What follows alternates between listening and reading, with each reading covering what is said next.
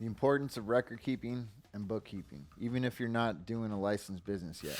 So I know a lot of us throughout the country have had to experience dealing with cannabis outside of the legal laws. Some states aren't legalized yet. Some people have been from the past, like where I came from with the medical market out here in California, wasn't completely legal. There was still a lot of enforcement going on. And so you didn't want to actually keep a lot of records. You didn't want to incriminate yourself. You didn't want to have stuff on you in terms of records or bookkeeping. It was all basically just gone in the wind. So nowadays, not only is it more accepted, they're not doing deep investigations as much. So some of these records aren't as dangerous to people, and it's almost more of a danger to not keep them, especially with the way the markets have changed in the past years. Prices have dropped significantly, volume goes up in response to that. That means people can, that same $100,000 that might have bought, 100 pounds at $1,000 now can buy 200 pounds at $500.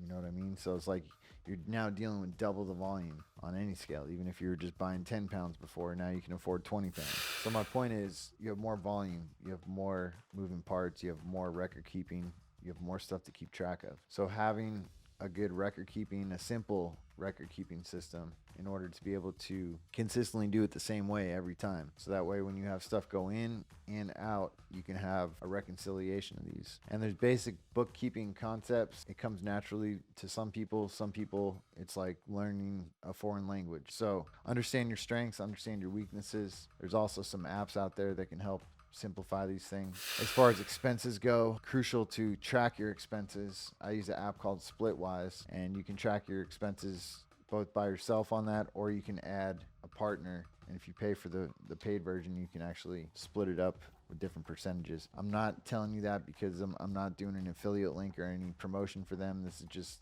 the only app I found to utilize that actually serves its purpose. So I just want to provide some solutions. Anyway, outside of that, what I do for keep track of inventory, because cannabis inventory is unique. You sometimes have stuff that goes out that comes back in.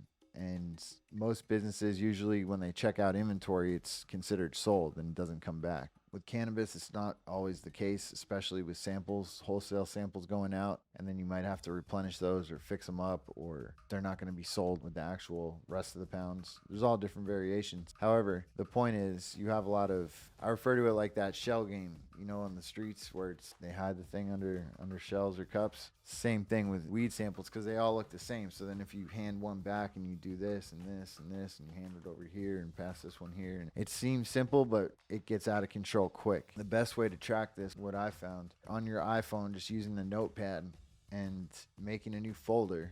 I make a new folder, just call it work. Inside there, then make a note for each person you're working with, and usually use most people have aliases, nicknames, work names, whatever you want to refer to it. So save it under that, and then just make an ongoing ledger. Put the date, put what it is you dropped off or picked up from them, and then just keep track on an ongoing basis. You can also do this in a spreadsheet, and that way you can automate the formulas and it'll do the math for you. So at the very least, you want to have a ledger to show everything that comes in and everything that goes out.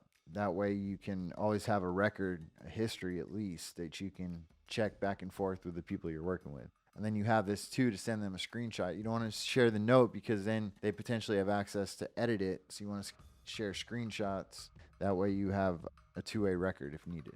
And on apps like Signal, you can set auto delete if need be for privacy, and you can set a timer on that. For anything else, you can just send it as pictures, just a screenshot. Most people, doesn't matter. It's not really detailed information. You can codify it a little bit too. So that's just my point. Nowadays, it's not as wise to not operate with records. It's good to have some records, even if they're vague, because things are going to get mixed up quick, especially with all the volume these days. So be sure to be smart about your business. The saying goes, you can't improve what you can't measure. So you can't get better, you can't make more money if you can't measure it. You need to be able to measure it and see if you're improving or if you're not improving. So that's also another reason to keep track of these numbers. So thanks for watching the channel. Check out my website, hichris.com. There's more great content to show and teach you about launching your licensed cannabis brand without having to own a license. Thanks for watching.